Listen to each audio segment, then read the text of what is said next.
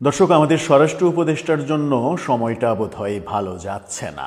আইনশৃঙ্খলা পরিস্থিতির কারণে স্বরাষ্ট্র উপদেষ্টার দিকেই তো আঙুল তুলতে চাইবেন সবাই, কিন্তু একা স্বরাষ্ট্র উপদেষ্টার পক্ষে কতটা কি করা সম্ভব সেই বিবেচনা আমরা কতটা করছি সেই প্রশ্নও আসবে। আজকে রীতিমতো আলটিমেটাম দেওয়া হলো কিছুক্ষণ আগে।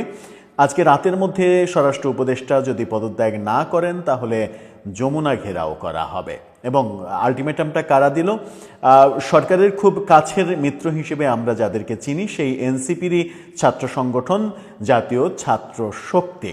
শাহবাগে এই আলটিমেটাম দেয়া হয়েছে। তার মানে কি মধ্যরাতের পরে, এই ভিডিওটা যখন করছি তার কয়েক ঘন্টা পরে দেশের পরিস্থিতি আবার উত্তপ্ত হতে চলেছে, যখন আমরা জানি যে যমুনা সহ বিভিন্ন সেন্সিটিভ জায়গায় কোনো ধরনের সভা সমাবেশ করা নিষিদ্ধ, তখন কি যমুনা ঘেরাও করতে গেলে একটা অনাকাঙ্ক্ষিত পরিস্থিতির জন্ম নেবে? কোন দিকে যাচ্ছে পরিস্থিতি? চলুন, কি হলো আজকে একটু আগে সেটা একটু জেনে দেখার চেষ্টা করে এই ভিডিওতে থাকবেন পলিটিক্স টিভির নিয়মিত আয়োজনে।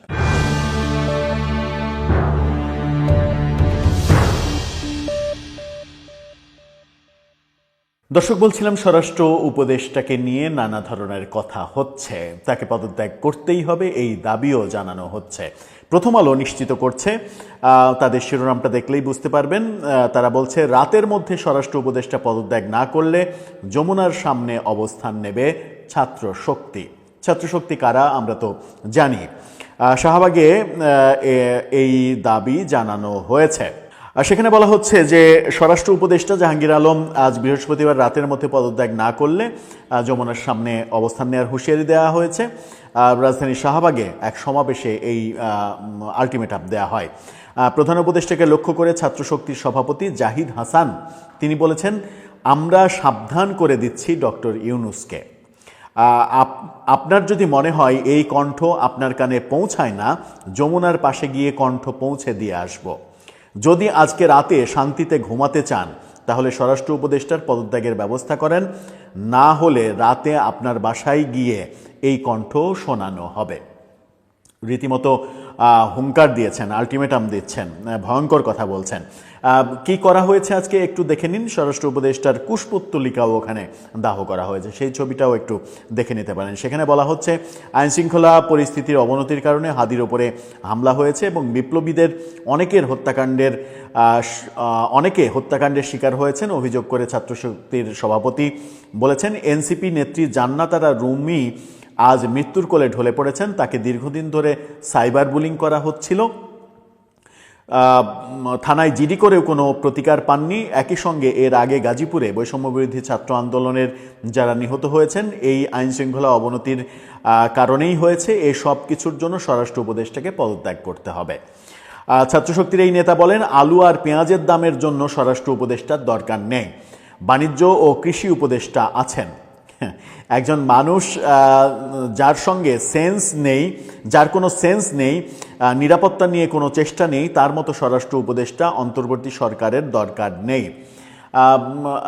তার কি বোধহয় জানা নেই যে স্বরাষ্ট্র উপদেষ্টা তিনি কৃষি উপদেষ্টা সহ তিনি কৃষি মন্ত্রণালয়েরও দায়িত্বে। সুতরাং ওইটা আলু পেঁয়াজের দামের কথা বলাটা স্বরাষ্ট্র উপদেষ্টার কাজ না। এই তথ্যে বোধহয় একটু গড়মিল আছে, কারণ তিনি কৃষি উপদেষ্টার দায়িত্ব যখন পালন করছেন তখন ওটাও তার কনসার্ন। ছাত্রশক্তির ঢাকা বিভাগের সাংগঠনিক সম্পাদক শ্যামলী সুলতানা জেদনি তিনি বলেছেন, স্বরাষ্ট্র উপদেষ্টা জাহাঙ্গীর আলম পদত্যাগ না করলে আমরা রাজপথ ছাড়ব না। প্রয়োজনে আওয়ামী লীগকে নিষিদ্ধ ঘোষণার জন্য যেভাবে প্রধান উপদেষ্টার বাসভবন যমুনা ঘেরাও করেছি, আজকেও সেভাবে যমুনা ঘেরাও করব। সমাবেশে বিভিন্ন ধরনের স্লোগান দেয়া হয়। অর্থাৎ এর আগে মে মাসে আমরা দেখেছি যে আওয়ামী লীগের কার্যক্রম নিষিদ্ধ করার যে ব্যাপার ছিল, তখন যমুনার সামনে এনসিপির সমাবেশ দেখেছি। সেই সমাবেশ নিয়ে নানা ধরনের বিতর্কও হয়েছে। সেখানে শীতল পানির বৃষ্টির ব্যাপার আমরা দেখেছি। এক ধরনের সেই সমাবেশকে যমুনা আমন্ত্রণ জানিয়েছিল, কিন্তু এবার যমুনা বোধহয় আমন্ত্রণ জানাতে পারবে না, কিংবা এই অবস্থানের পক্ষে থাকতে পারবে না। সিদ্ধান্ত বল এখন প্রধান উপদেষ্টার কোর্টে, তিনি কি করবেন? তিনি কি এই আলটিমেটাম মেনে নিয়ে স্বরাষ্ট্র উপদেষ্টাকে তার দায়িত্ব থেকে সরিয়ে দেবেন, নাকি একেবারেই তিনি পদত্যাগ করবেন? দায়িত্ব থেকে সরিয়ে দিয়ে অন্য কাউকে কি দায়িত্ব দেবেন তিনি? এই প্রশ্নটা উঠছে যখন আলটিমেটামটা দেয়া হলো যে বেশি সময় নয়, কিন্তু আজকে রাতের মধ্যে যদি পদত্যাগ না করেন তাহলে যমুনার সামনে রাতেই তারা গিয়ে প্রধান উপদেষ্টাকে এই হুঙ্কার শোনাতে চান। যদিও এই সমাবেশে পুলিশের কোনো বাধা দেওয়ার ঘটনা আমরা শুনিনি, গণমাধ্যমে সেরকম কোনো খবর আসেনি। যমুনায় যেতে চাইলে সেখানে কি পুলিশ বাধা দেবে, নাকি যমুনাতে তাদেরকে যেতে দেয়া হবে? অনেক প্রশ্ন। সামনে সমাধান কোনটা? কোন পথে এগোচ্ছে দেশ?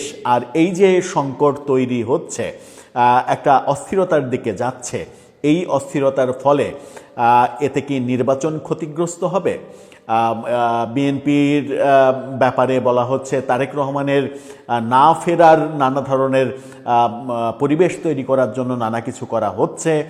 সেরকম পরিবেশের দিকে কি যাচ্ছে? আদতে ঘটনা কোন দিকে যাচ্ছে? দর্শক, আপনার কি মনে হয়? আপনার মতামত জানিয়ে এ ব্যাপারে লিখতে পারেন আমাদের